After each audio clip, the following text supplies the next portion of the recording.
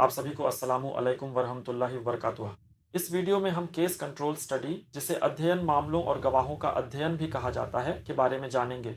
जब हम साक्ष्य आधारित चिकित्सा या साक्ष्य आधारित चिकित्सा के त्रिकोण को देखते हैं, तो हम पाते हैं कि मामलों और गवाहों का अध्ययन इस पिरामिड के शीर्ष पर होता है और विशेष रूप से पीले रंग में दिखाया गया है।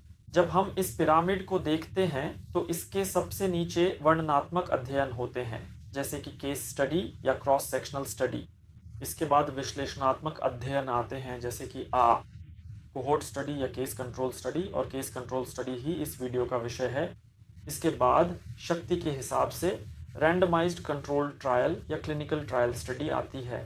इसके बाद शक्ति के हिसाब से सबसे महत्वपूर्ण और विस्तृत सिस्टमैटिक रिव्यू या व्यवस्थित समीक्षा आती है, और फिर गहन मेटा एनालिसिस या विश्लेषणात्मक अध्ययन भी इसमें शामिल होते हैं।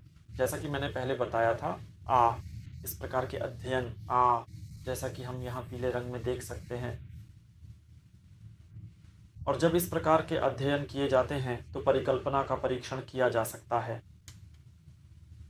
यह पूरी तरह से कोहोर्ट अध्ययन के विपरीत है। जब हम कोहोर्ट अध्ययन या कोहॉर्ट स्टडी देखते हैं तो हम कारण से शुरू करते हैं और परिणाम की प्रतीक्षा करते हैं, जबकि केस कंट्रोल स्टडी में हम परिणाम से शुरू करते हैं और कारण की तलाश करते हैं।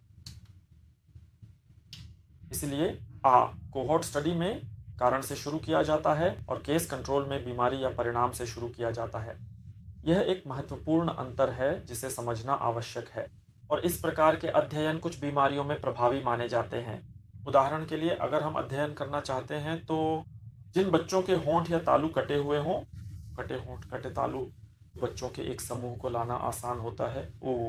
वे कटे होंठ के साथ पैदा हुए थे और उनकी तुलना उन बच्चों के समूह से की गई जिनके होंठ कटे हुए नहीं थे, और इसका कारण खोजने की कोशिश की गई।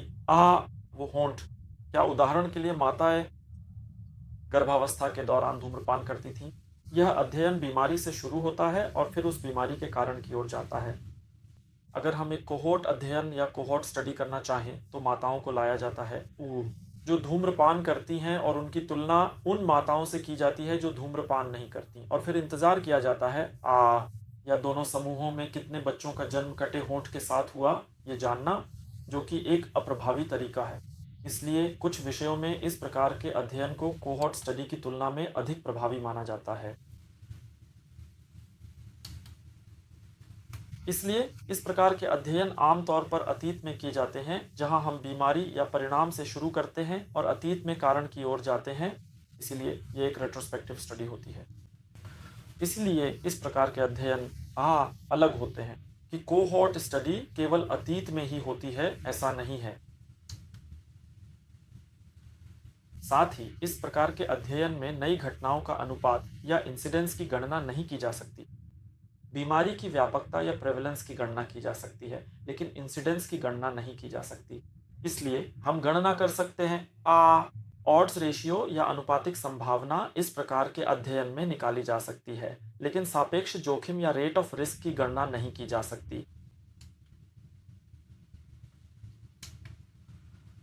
तो अगर हम इस उदाहरण में अगर हम एक अध्ययन करना चाहें हेपेटाइटिस ए के मामलों में, और अगर हम इस हेपेटाइटिस का कारण जानना चाहें, तो हम हेपेटाइटिस ए से पीड़ित लोगों का एक समूह लाते हैं और उनकी तुलना एक अन्य समूह से करते हैं जो हेपेटाइटिस से संक्रमित नहीं है, ताकि कारण पता चल सके उस बीमारी के कारण को रोगियों में जानने के लिए।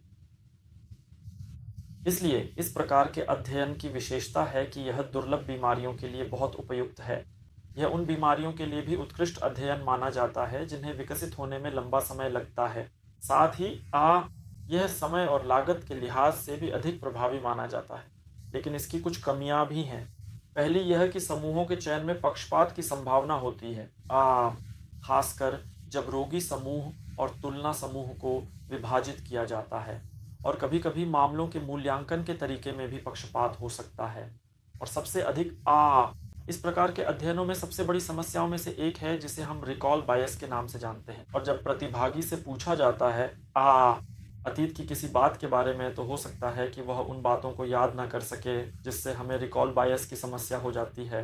और अंत में जब लोगों का साक्षात्कार लिया जाता है तो यह इंटरव्यू बायस के रूप में जाना जाने वाला पक्षपात पैदा कर सकता है। जहां प्रश्न पूछने का तरीका भी किसी प्रकार के पक्षपात का कारण बन सकता है।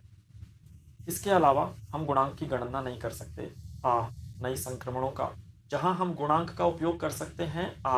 रोग के प्रसार का, जैसा कि हम किसी स्पष्ट और प्रत्यक्ष कारण के बारे में बात नहीं कर सकते। रोग के लिए तुलना करते समय। कोहॉर्ट स्टडी और आरसीटी स्टडीज के साथ। और इस चित्र में हम दिखाते हैं कि इन अध्ययनों को कैसे किया जाता है, जहां रोग से ग्रसित लोगों के एक समूह की तुलना एक अन्य समूह से की जाती है जो इस रोग से ग्रसित नहीं होते। फिर उनसे इस रोग के कारण के बारे में, यानी अतीत में हुई कुछ बातों के बारे में, या तो सर्वेक्षण प्रश्नावली प्रश्नावली के माध्यम से, या फिर मरीज के मेडिकल रिकॉर्ड से उन जानकारियों को प्राप्त किया जाता है। और यहाँ इस अध्ययन को विस्तार से करने के चरण दिए गए हैं, जहाँ रोग से ग्रसित लोगों के एक समूह को लाया जाता है और उनकी तुलना एक अन्य समूह से की जाती है जो इस रोग से ग्रसित नहीं होते। फिर उनसे पूछा जाता है अतीत में कुछ विशेष और महत्वपूर्ण बातों के बारे में विस्तृत सर्वेक्षण या गहन मेडिकल रिकॉर्ड की सावधानी पूर्वक समीक्षा के माध्यम से जानकारी प्राप्त की जा सकती है। इसके बाद परिणाम प्राप्त किए जाते हैं और आवश्यक सांख्यिकीय विश्लेषण किए जाते हैं ताकि यह पता चल सके कि क्या कोई कारण है पहले समूह में दूसरे समूह की तुलना में अधिक। और जैसा कि पहले बताया गया था, इस प्रकार की अध्ययन में परिकल्पना का परीक्षण किया जाता है। और जब हम परिकल्पना का परीक्षण करते हैं तो हम कारण या कारणता, कॉजेशन के बारे में बात कर सकते हैं। हम यह स्पष्ट रूप से बता सकते हैं कि क्या यह एक विशेष कारक किसी गंभीर बीमारी का वास्तविक कारण है या नहीं। यह निर्धारित करने के लिए हमें कुछ महत्वपूर्ण और विस्तृत कदम उठाने होंगे। ये वे मुख्य और आवश्यक कदम हैं जिन्हें हमें ध्यान में रखना चाहिए इस प्रकार के अध्ययन करते समय अपनाया जाता है।